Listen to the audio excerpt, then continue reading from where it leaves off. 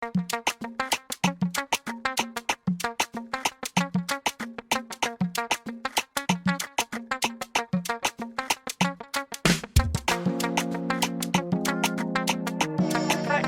your tracks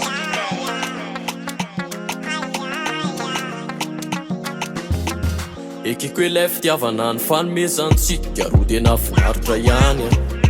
ekeko hoe sary-piaro amiko ianao ka nahatonga anao nanara-masany fihetsiko izany efa tsisy olona tikisana zany ka nefa tiako ianao ka mila mifatikisanao ihany za folo tiako irahina aminy anahy ka io tivirako reo fakapana rehetra zay mety anjady aiko fa tena tia ianao ka nefa niasaro tapiarinao mba asy fofefy any na diso tafa ohatro indraindray mangetra fotsika ro mifanila mafinaritra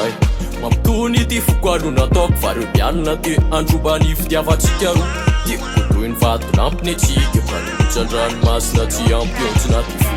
mampitony ty foko alo nataoko fa reo mialina ty andrombany fitiavatsika ro tiako toy ny vato lampiny atsika ka notsandranomasina tsy ampiontsina ty fo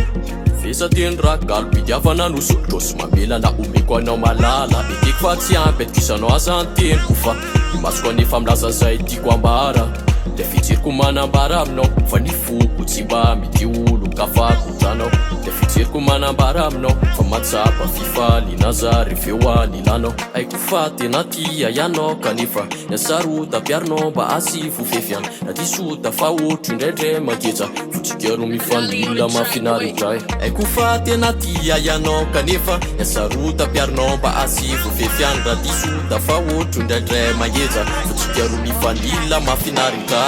mampitony ty foko alo nataoko fa reo mialina ty andrombany fitiavatsika ro tiako toy ny vato lampiny atsika ka notsandranomasina tsy ampiontsina ty fo